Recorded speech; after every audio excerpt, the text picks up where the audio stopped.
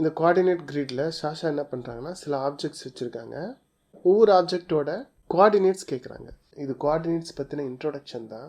டைரெக்டாக coordinates problem கொடுக்காம இது மாதிரி உங்களை சிம்பிள் ப்ராப்ளம் கொடுத்து உங்களால் இதை போட முடியுதான்னு பார்ப்பாங்க. அதுக்கப்புறம் தான் கோஆர்டினேட்ஸ் இன்ட்ரடியூஸ் பண்ணுவாங்க. ஸோ இந்த ப்ராப்ளம் எப்படி போடுறதுன்னு பார்க்கலாம். இந்த புக் அதோட கோஆர்டினேட்ஸ் எங்கே இருக்குதுன்னு பார்க்கலாம். இதுதான் புக் இல்லையா? இந்த புக்கோட கோஆர்டினேட்ஸ் எழுதுறதுக்கு நீங்கள் என்ன பண்ணணும்னா, எப்போவுமே எக்ஸ் ஆக்சிஸ் ஃபஸ்ட்டு வரும் இல்லையா? ஹரிசாண்டல் ஆக்சிஸில் என்ன லெட்டர் வந்திருக்குன்னு பார்க்கணும். பார்த்தீங்கன்னா புக்குக்கு நேராக ஹரிசாண்டல் ஆக்சிஸில் லெட்டர் பி வந்திருக்கு. ஃபஸ்ட்டு லெட்டர் பி எழுதுங்க. அடுத்தது வெர்டிக்கல் ஆக்சிஸில் என்ன நம்பர் இருக்குதுன்னு பாருங்கள். 3 இருக்குது. அப்போ B3 தான் இந்த புக்கோட லொக்கேஷன். டென்ட் எங்கே இருக்குது? இங்கே இருக்குது இல்லையா?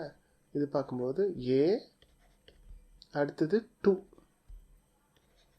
இந்த பியர் வந்து ஹரிசாண்டல் ஆக்சிஸில் E, வெர்டிக்கல் ஆக்சிஸில் 6.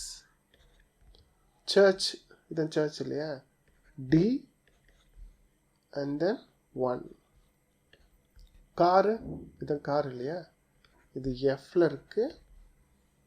வெர்டிக்கல் ஆக்சிஸில் 4 இருக்குது. இதுதான் ஒவ்வொரு ஆப்ஜெக்டோட லொக்கேஷன். எப்போவுமே ஹரிசாண்டல் ஆக்சிஸில் என்ன கொடுத்துருக்காங்களோ அதை எழுதிடணும், லெட்டரோ நம்பரோ.